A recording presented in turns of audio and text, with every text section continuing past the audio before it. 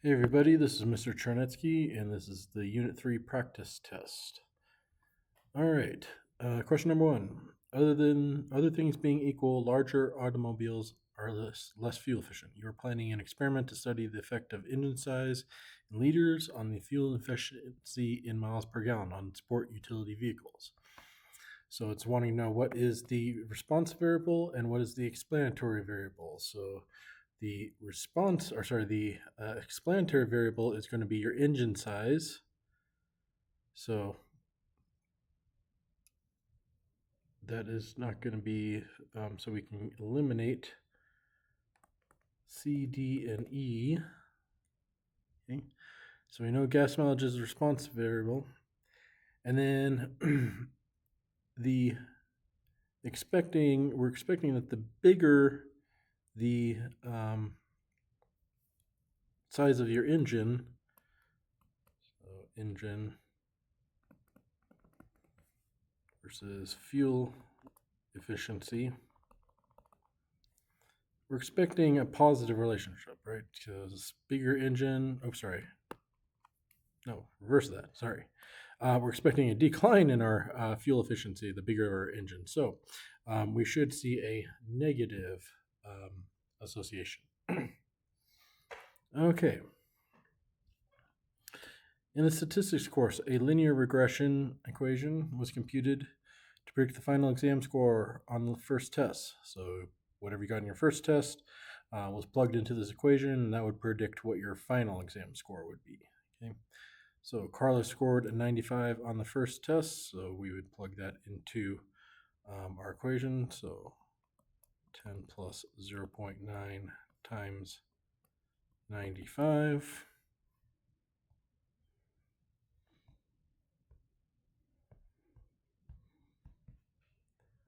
And we'd expect a 95.5. In the same course, Bill scored a 90 on the first exam, but actually got a 93. What is the value of his residual? Okay, so let's find his predicted score by plugging into that same equation.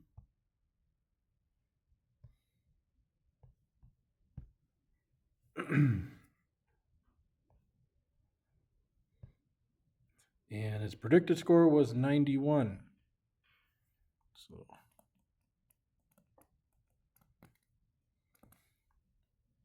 So to find his residual, we take the actual minus predicted. So 93 minus 91, and that gives us a residual of positive 2.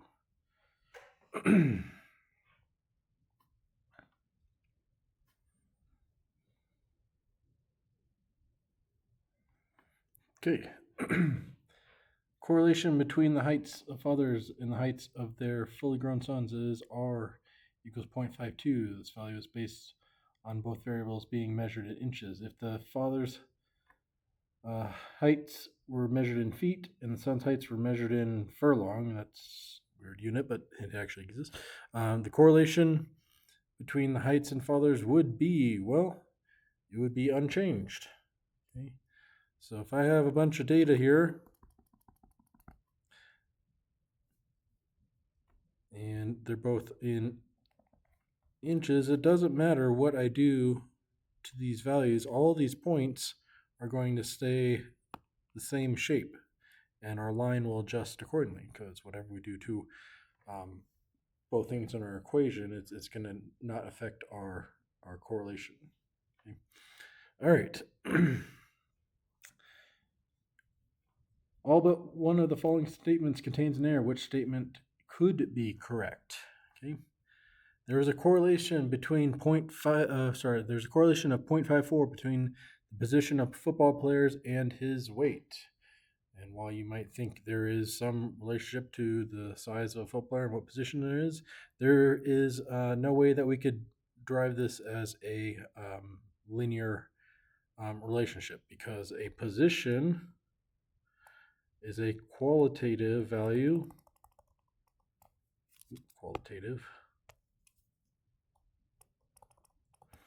And weight is quantitative. Okay. And we do linear regression on quantitative, purely quantitative measures. Okay. So you could not graph that, because what would your y value be? Like, you wouldn't be able to stack, like, quarterback at the bottom, or it doesn't work that way. So can't be A. We found a correlation of R equals negative 6.63 between gender and political party preference. This is the same problem. Okay, both of these are qualitative, or not qualitative. Wrong word. Sorry, guys. That is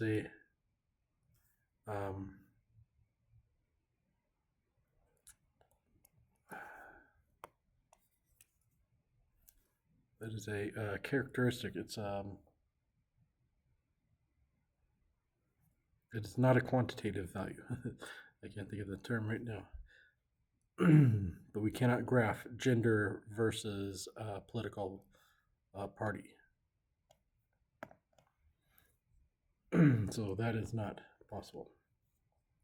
The correlation between the distance traveled by a hiker and the time spent hiking is 0.9 meter per second. Okay, so the problem is the units on our R value. That R value does not have a units attached to it.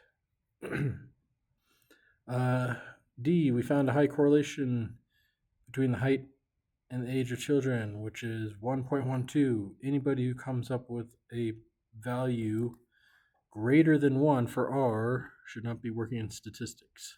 So that is incorrect. So that leaves E. So correlation between mid-August soil moisture and prairie quarter yield. So both of these, soil moisture and yield, these are quantitative values.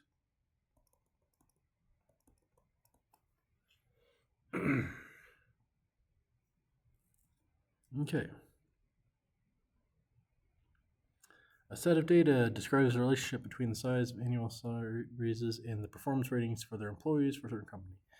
Least squared regression equation is y hat equals 1400 plus 2000x, where y is the raise in amount of dollars and x is the performance rating. Which of the following statements must be true? For each 1 point increase in performance rating, the raise will increase by average of 1400. No, 1400 is the y-intercept. It is not the slope. So B, the actual relationship between salary raises and performance rating is linear. We don't know that. Okay? We have a linear regression formula, but perhaps it's exponential. Perhaps it's quadratic or something else. Or perhaps really there's no relationship. It's fairly random, and we just kind of forced a linear regression into the data. So we don't know what the actual relationship without seeing the data. The residuals for half of the observation data set will be positive. That's not true either. Again, if we'd have something that is not linear, we might have a lot of negative or positive residuals. So it will not be half and half. Ideally, probably yes, but not in actuality. The correlation between the salary raise and performance rating is negative. No. It is positive because we have a positive slope. So the correlation is going to be positive. Which leaves us, if the mean performance is 1.2, then the mean raise is 3,800. We could plug that into our equation.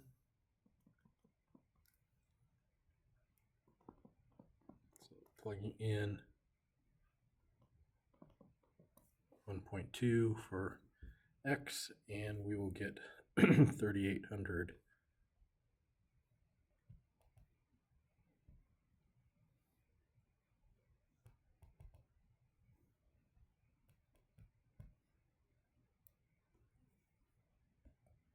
for our mean raise. Okay. 7.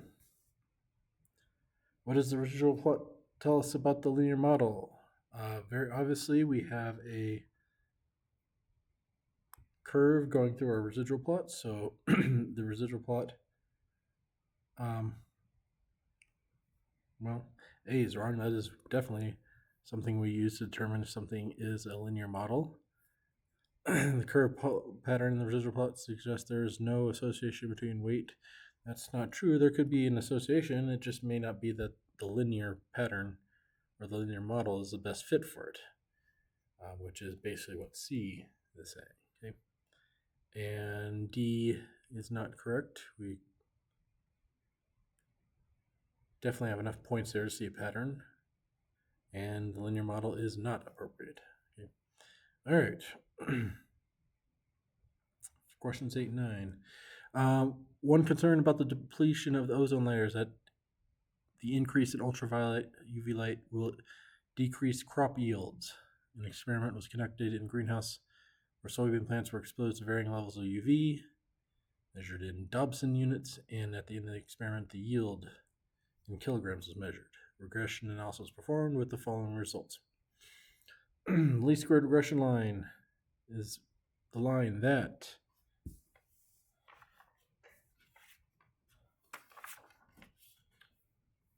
A, minimize the sum of the differences between the actual UV values and the predicted UV values. No, that's not. You're comparing UV values and UV values. That is not what we're looking at. We're comparing UV values and yield, so definitely not A. Minimize the sum of the squared residuals between the actual yield and the predicted yield. That is correct. Okay, so we want to reduce our residuals, but it's the way we calculate the best one is that we square the residuals because we have negative residuals and positive residuals. So we square them and we adjust our graph so that we get the minimum of the sum of the squared residuals. Minimize the sum of the distance between the actual yield and predicted UV. No. Minimize the sum of the squared residuals of the actual UV reading versus the predicted. So now we're looking at the results of our actual yield and our predicted yield. And then minimize the perpendicular distance between the regression line and data in each point. Close, but not exactly, because again, why we call it a least squared regression line is that our line reduces the square of the residuals. Okay? We might reduce this distance here, but again, our line is best when we reduce all of those squares as much as possible. Okay. Which of the following is correct? If UV value increases by 1 Dobson unit, the yield is expected to increase by 0.463. So this is talking about our slope. So our slope is right here. So we have a negative relationship, okay, between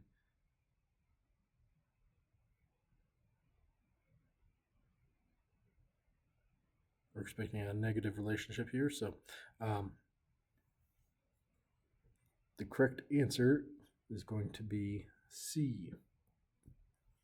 If the UV value increases by 1 Dobson unit, the yield expected to decrease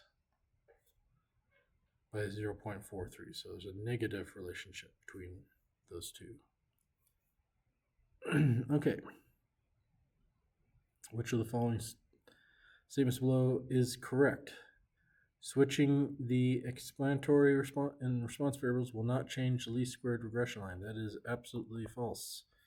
Okay, if we switch those, that's almost like inverting the relationship here.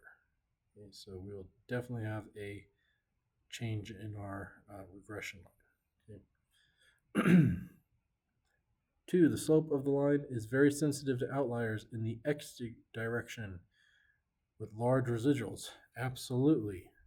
Yes.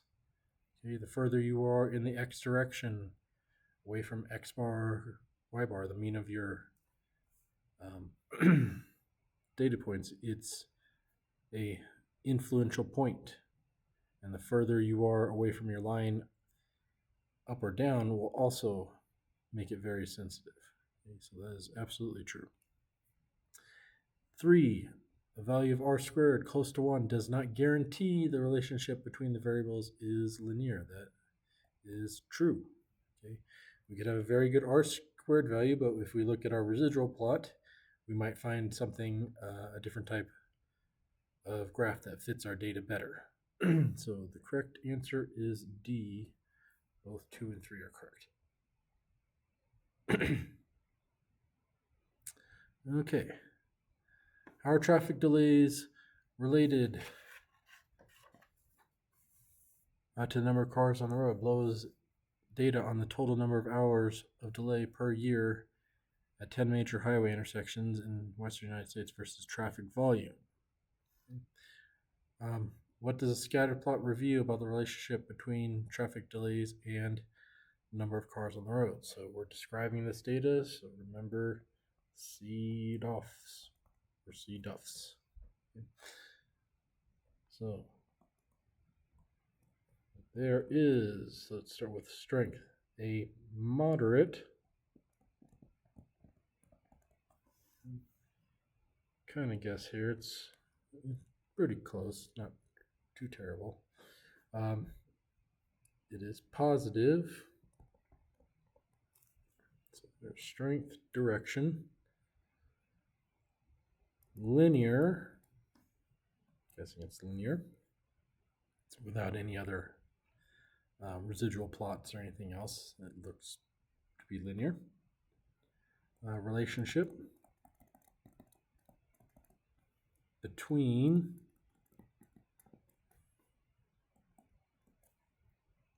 the average vehicles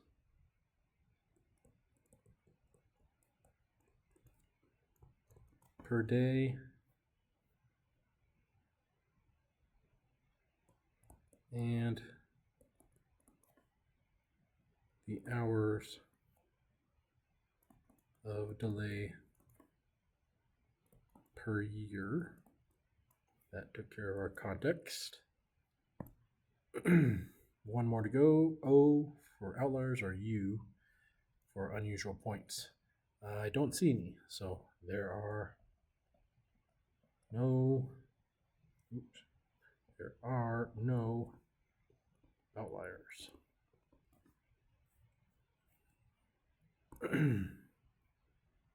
That takes care of that. Okay, suppose another data point at 200,000 and 24,000, that is 200,000 per vehicles per day and 24,000 hours a day were added to the plot. What effect, if any, will this new point have on the correlation of the two variables? So if we add that point at 200,000 and 24,000, that is like right about here. That is definitely an outlier. That is an influential point because it is very far to the left in our x, and it's very far from our line. So it is going to be pulling this line up from that point. So it's going to change our slope. It's going to decrease our slope. It's going to increase our y-intercept, and most importantly, it is going to decrease. Okay, so this is an influential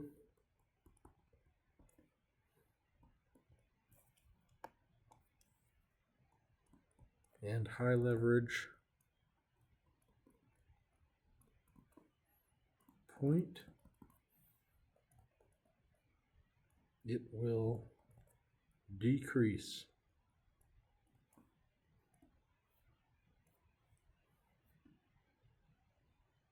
our correlation.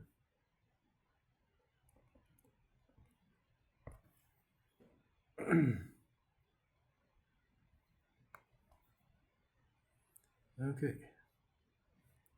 Below is a computer output for the regression.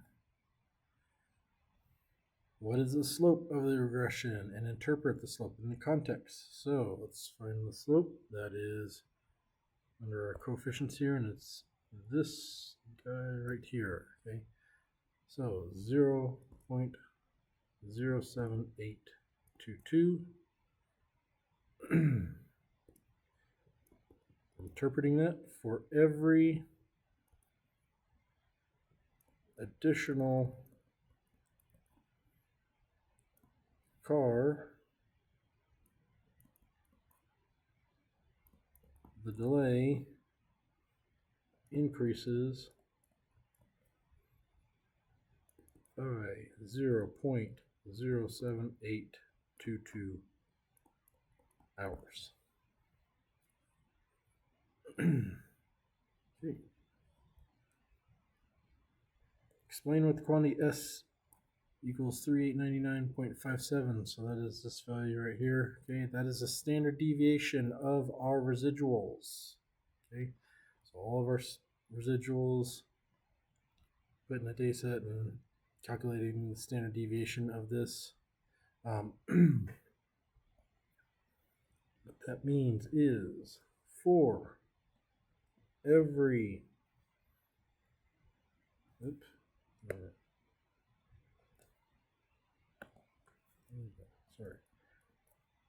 the number of hours of delay typically varies 3,899.57 hours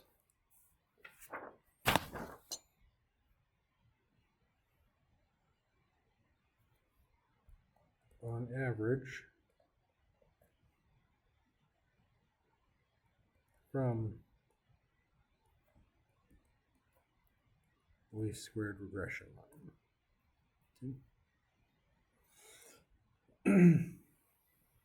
Okay. Below the same scatter plot, but with 6 intersections in California plotted as circles and the 4 in other western states plotted as squares.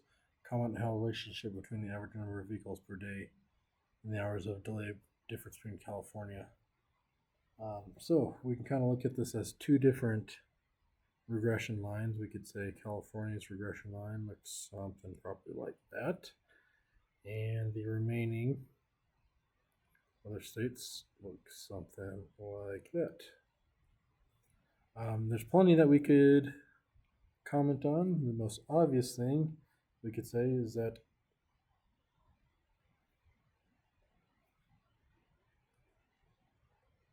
there is a greater slope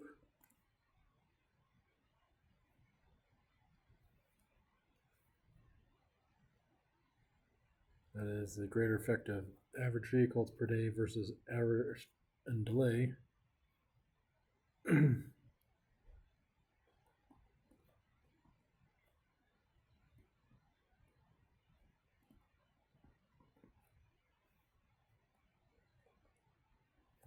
Traverse intersections.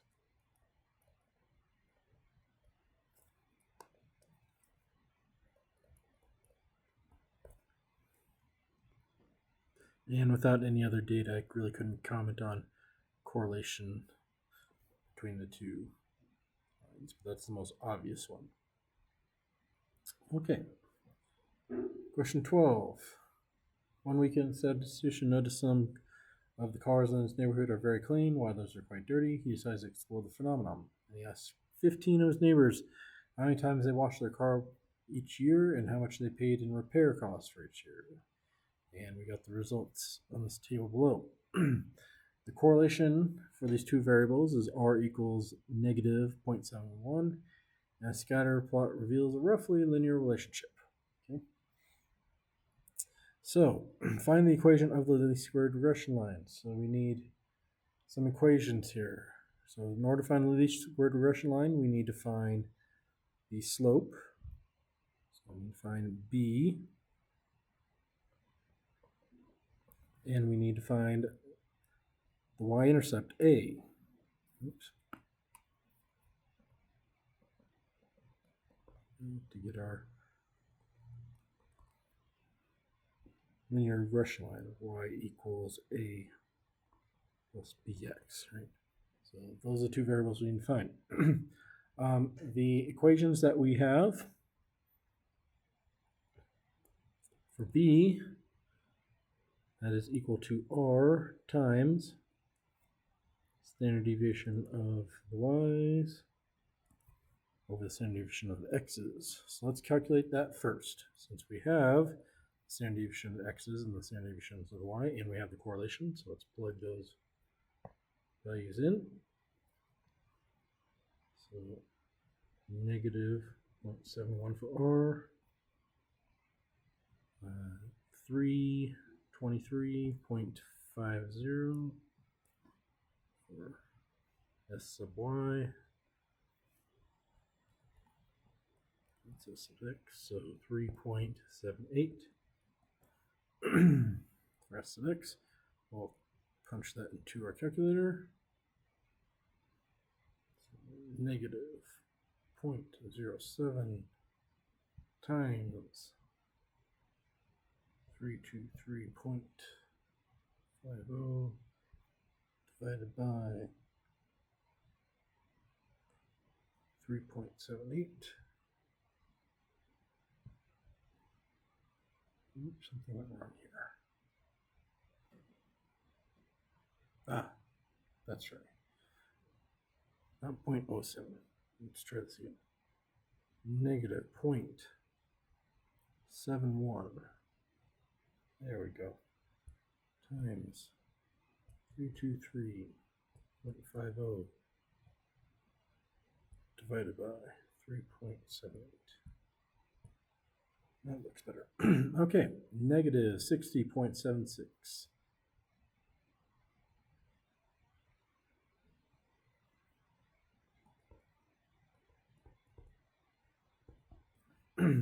There's our slope of our linear regression line.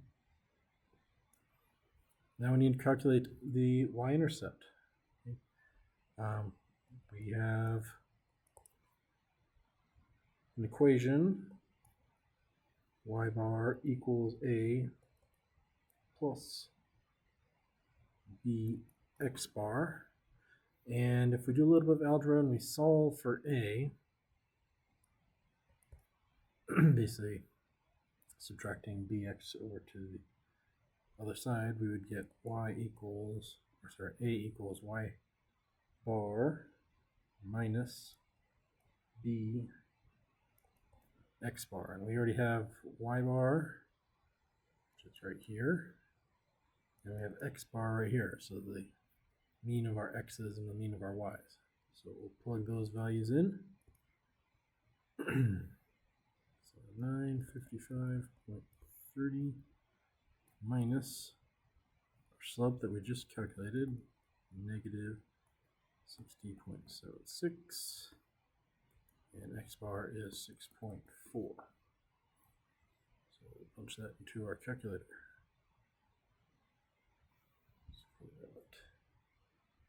955.3 minus minus, that's going to be plus. Negatives cancel out. 60.763 times 6.4, and we get 1344.18.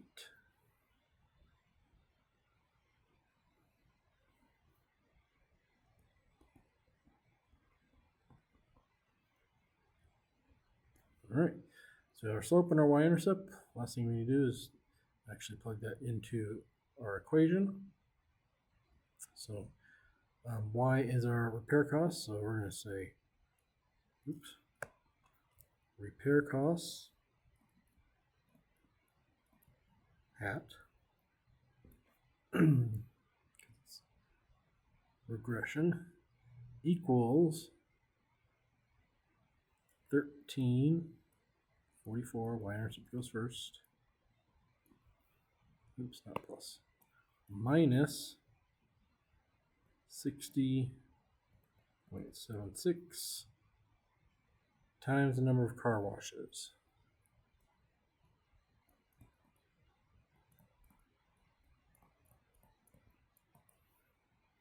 Okay, there is our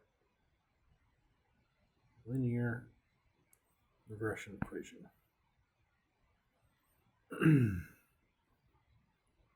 What percentage of the variation in repair costs can be explained by the number of times per year a car is washed? So this is talking about R squared. Well, we don't have R squared, but we do have R, so why don't we take R and square it.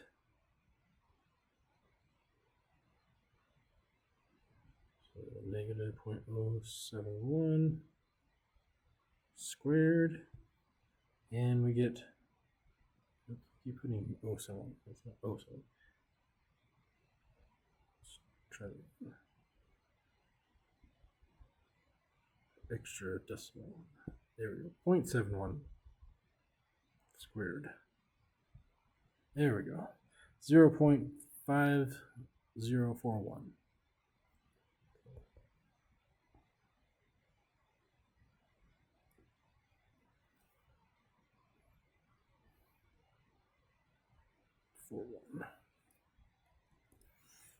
So about 50.41% of the variation in repair costs can be explained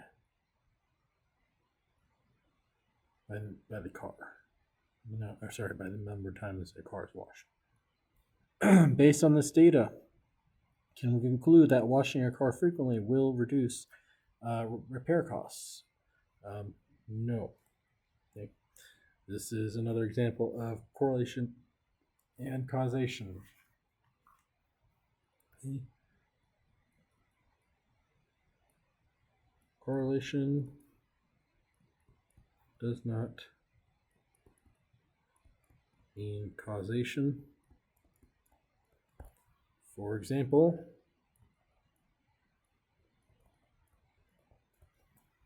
maybe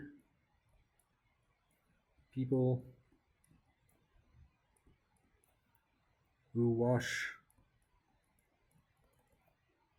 their car more also take it in for oil changes more often.